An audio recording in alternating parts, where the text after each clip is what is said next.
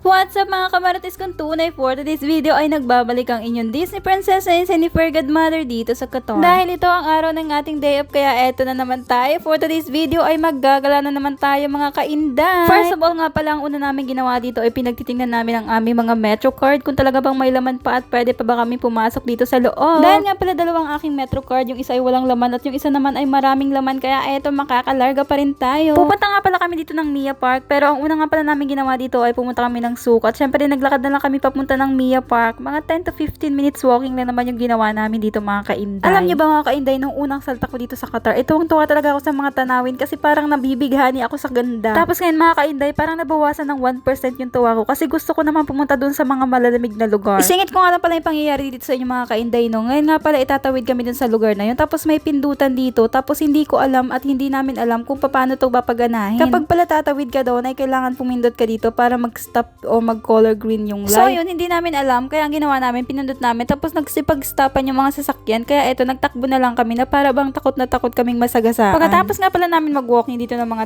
10 to 15 minutes, ay eto, nakaupo na kami dito sa aming paroroonan. Tabing dagat nga pala to at tinatawag nga pala to ditong Mia Park, na kung saan ay sobrang tahimik ng lugar, ang dami magandang tanawin at bukod nga dyan ay nasa tabing dagat ka talaga. Kaya naman sa mga gustong mag-unwind, mag-relax, mag-enjoy, ay pwede talaga pumunta dito kahit anong oras. Kasi sa mga oras na to ay alas 2 na nga pala ng madaling araw to at talaga naman nag-e-enjoy pa rin kami. Dahil papalapit na nga rin pala ang summer dito at talaga namang hindi na natin may enjoy kapag summer na, kaya ito talagang sinusulit namin gumala ng gumala. Alam niyo ba mga kainday, na kapag summer dito ay sobrang init talaga, pati tubig dito sobrang init, as in yung magpapalamig ka talaga ng tubig para lang makaligo kaya nung bagong dating pa lang kami dito ay summer nga ng mga panahon na yun, kaya nagbili talaga kami ng mga timbanon para nga mag-impake ng mga tubig at kapag maliligo ka mga ay kaunting mainit na tubig na lang idadagdag mo. Dahil nga ngayon sobrang init na naman dito sa Qatar, kaya gustong gusto ko na lang talaga maglipat ng country. Ay ngayon nga mga kainday, habang ini-edit ko nga pala tong video nito ay talaga namang natutuwa ako at nare-realize ko talaga na sobrang layo ko na talaga sa dating ang pwede lang sumigaw.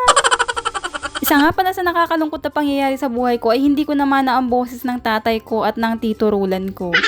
Inyo talaga guys, kung namana ko lang yung mga boses nila, talaga namang ipagmamalaki ko talaga ang pamilya ng ubong.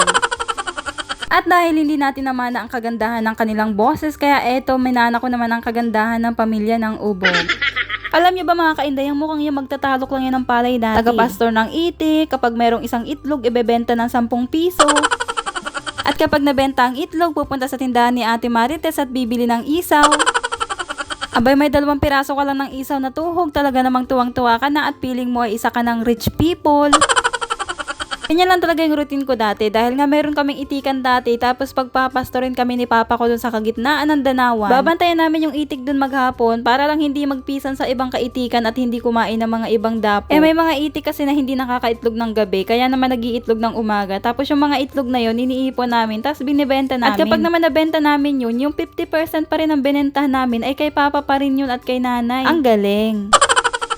Dahil nga kailangan namin itabi yung pera na yun para may pambili kami ng asukal, kape, Lucky Me, at kung ano-ano pang mga pangsangkap sa bahay. Pero to be honest guys, ang sarap sa feeling na nagpapastor ka ng itik, tapos sa abutan ka ng ulan sa kalagitnaan ng danawan, tapos mag-isa ka lang dun sa gitna ng danawan, tapos sasabayan ka pa ng kidlat at ewan ko na lang talaga pag hindi ka napasigaw dun ng papa at mama. Anyways guys, ito na nga pala ang ganap ko ngayon pagkatapos naming mamasyal. Ready ko nga lang pala itong pagkain ko. Meron nga pala ako ditong kanin at ulam. At syempre meron akong maha blanca. Galing yan mismo kay Inday nyo. Ginawa nga pala niya yan at talagang sobrang tuwang-tuwa ako. At ang sarap nga ng lasa nito kahit medyo kulang daw sa ingredients. Pero para sa akin okay na talaga siya at sobrang sarap.